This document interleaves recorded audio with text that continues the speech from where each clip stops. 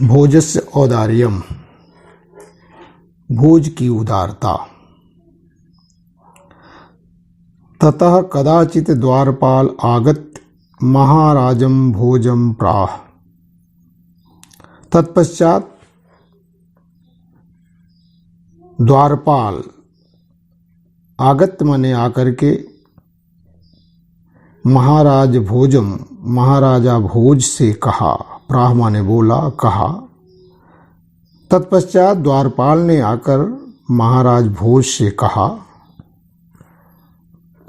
देव कौपीनावशेषो विद्वान द्वारिवर्तते इति। देव अर्थात हे राजन,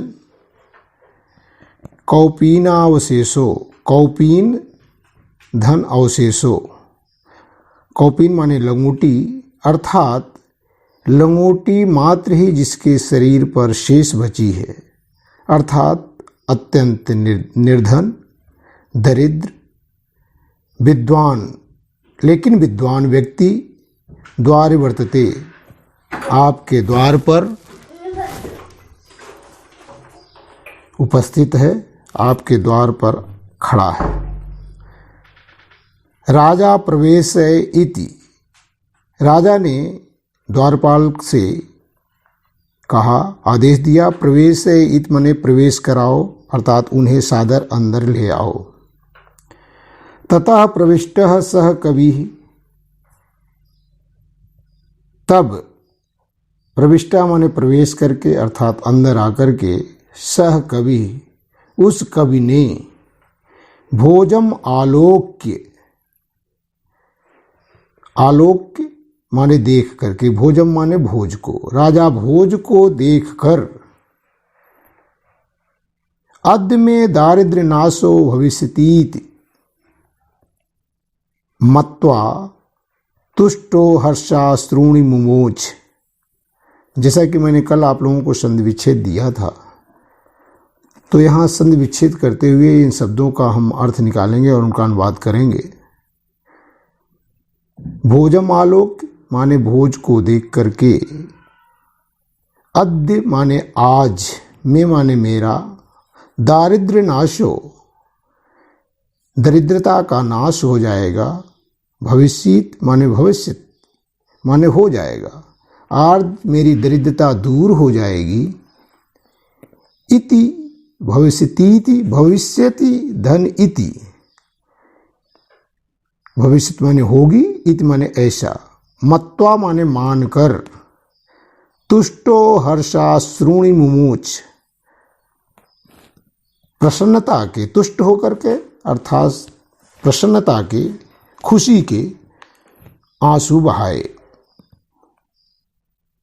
अर्थात वह कवि अंदर प्रवेश करके राजा भोज को देख करके यह मान लिया, यह मानकर कि आज मेरी दरिद्रता दूर हो जाएगी, मेरी दरिद्रता का नाश हो जाएगा, उसने खुशी के आंसू बहाए। राजा तम आलोक, राजा भोज तम आलोक उस कवि को देखकर बोले, प्राह बोले, कवे किम रोदस,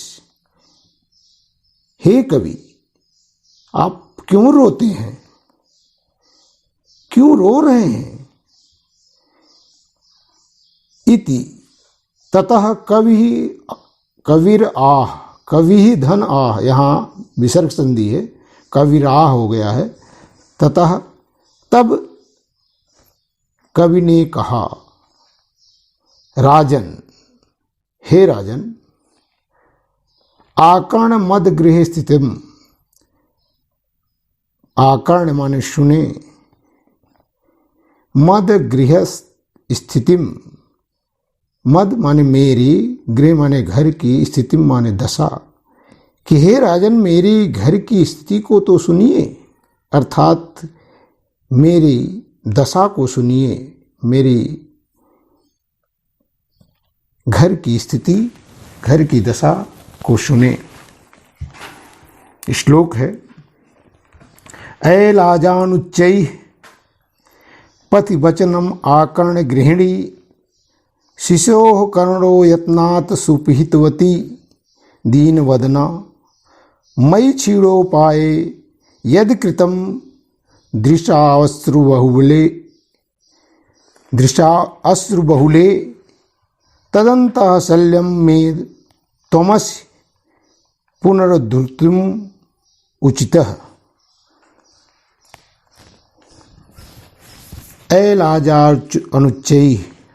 ऐलाजानुच्चैः पथि वचनम आकर्ण गृहिणी।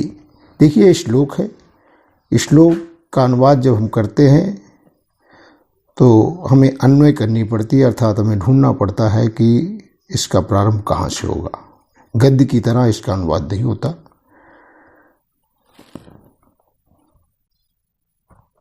तो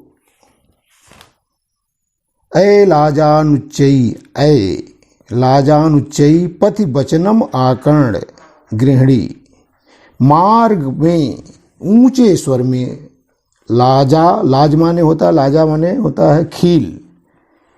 खील जो लाई बेचते हैं लोग बच्चों के लिए, आवाज़ लगा करके गलियों में, तो खील बेचने वाला ऊंचे स्वरों में आवाज़ लगा रहा है कि अरे खील ले लो। उच्चैः माने ऊंचे स्वरों में, मार्ग पर ऊंचे स्वर में अरे खील ले लो, खीलें ले लो। ऐसी आवाज को सुन करके वचनम आकर्ण माने ऐसी वाणी को सुन करके मेरी गृहिणी, मेरी पत्नी, कैसी उसका वर्णन दिया है। शीशो कर्णौ यत्नात् सुहपितवती दीन वदना। दीन वदना, दीन मुख वाली। दीन का मतलब मुरझाए मुख से, अर्थात दुखी मन से, दुखी मन वाली, अर्थात दीन मुख वाली, जिसके चेहरे पर दीनता स्पष्ट लक्षित हो रही हो, परिलक्षित हो रही हो। ऐसी दीन मुखों वाली मेरी पत्नी। वदन माने शरीर भी होता है, वदन माने मुख भी होता है, लेकिन यहाँ दीन वदना का मतलब है दीन मुख वाली मेरी पत्नी ने शिशोः कर्णो यत्नात् सुपिहितवती। सुपिहितवती माने होता है यत्न पूर्वक बंद कर देना, प्रयत्न पूर्वक, सुपिहितवती बंद कर देना। मेरी पत्नी ने बच्चों के कर्णों माने कानों को, दोनों कानों को, यत्न पूर्वक माने प्रयत्न से, अर्थात जोरों से कानों को उसने बंद कर दिया। अर्थात जैसे ही मेरी पत्नी ने मार्ग में ऊंचे स्वर में खीले ले लो, खीले ले लो, ऐसे व्यक्ति की आवाज़ को सुना, उस आवाज़ को सुनकर दीन मुख वाली मेरी पत्नी ने बच्चों के कान को सावधानी पूर्वक, यत्न पूर्वक बंद कर दिए। ऐसा क्यों किया? कान बंद करने से तात्पर्य क्या है? इसलिए उसने किया कि जब बच्चों के कान बंद हो जाएंगे तो बच्चे उस खीले ले लो, अर्थात खील बेचने वाले की आवाज़ को नहीं सुन सकेंगे। क्योंकि आवाज़ सुनेंगे तो मांगेंगे, और मांगेंगे तो उनको ला कर देने के लिए पैसे चाहिए, धन चाहिए, जो कि उनके पास नहीं है, मेरे पास नहीं है। तो ऐसे मयि क्षीणो पायो यद कृतम दृशा अश्रुबहुले। और इतने ही नहीं, जब उसने कानों को बंद किया तो उसने मेरी ओर, अर्थात मुझ पर, मुझ दरिद्र पर, अर्थात मुझ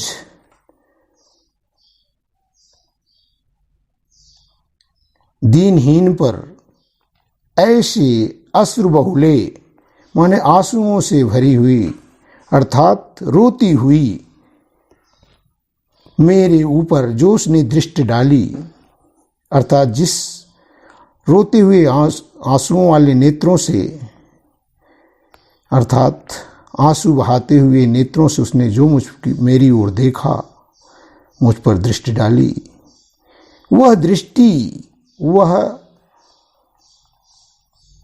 उसकी दृष्टि तदंतः शल्यम में, वह शल्य माने होता कांटा, वह मेरे हृदय में, अंतः माने मेरे हृदय में कांटे के समान चुभ गई। अर्थात उसकी दृष्टि मेरे हृदय में कांटे के समान सदृश, कांटे के सदृश मेरे हृदय में गड़ गई। तुम अस माने तुम ही हो, पुनरुद्धर्तुम उचित, अर्थात जिसे आप ही निकालने में, अर्थात जिस कांटे को निकालने में, अर्थात कांटे को दूर करने में आप ही केवल समर्थ हैं, आप ही सक्षम हैं, अर्थात आप ही मेरे उस कांटे को दूर करने में समर्थ हैं। इति मन ऐसा। राजा शिव शिव इति उदीरयन् प्रति अक्षरम लक्ष्यम दत्वा प्राह। उस कवि के इस दीनहीन वाणी को सुन करके, दीन ऐसी कारुणिक करुणामयी आवाज को सुन करके, उसकी इस कविता को सुन करके राजा भोज शिव शिव कहते हुए प्रत्येक अक्षरों पर, प्रति अक्षरम माने प्रत्येक अक्षर पर, लक्ष्यम दत्वा लाख मुद्राएं देकर, प्राह माने बोले, त्वरितम गच्छ गेहम, त्वरितम गच्छ गेहम, कि तुम तुरंत, हे कवि तुम तुरंत अपने घर को जाओ। त्वद गृहिणी खिन्ना वर्तते, आपकी पत्नी, आपकी गृहिणी खिन्ना वर्तते, बहुत दुखी है। अन्यदा भोजः श्री महेश्वरम नमतुम शिवालयम अभिगच्छत। इसके बाद अन्यदा, अन्य समय में अर्थात अगले दिन या किसी अन्य समय में, भोज हमारे राजा भोज, श्री महेश्वरम महाधन ईश्वरम महेश्वरम, अर्थात भगवान शंकर को नमितुम माने नमन करने के लिए, अर्थात उनकी पूजा करने के लिए शिवालयम अभिगच्छत, शिवालय गए।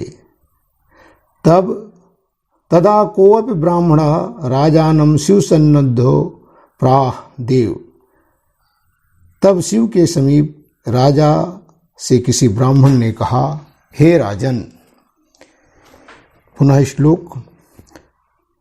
अर्धम दानो वैरिणा गिरिजाय अपि अर्धम शिवस्याहृतम देवेत्थम जगतीतले पुरहरा भावे समुन्मील्यति गंगा सागरम अंबरम शशिकला नागाधिपा क्षमातलम सर्वज्ञत्वम अधीशरत्वम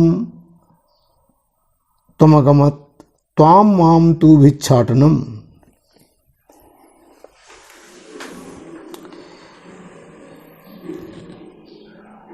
शिव के समीप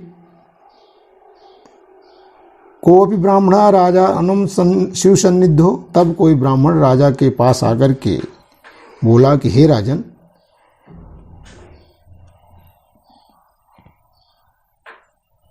शिव का अर्धभाग, अर्थात शिव के अंगों का वर्णन करते हुए कवि कह रहा है कि शिव का अर्धभाग दानों वैरी, दानवों के वैरी अर्थात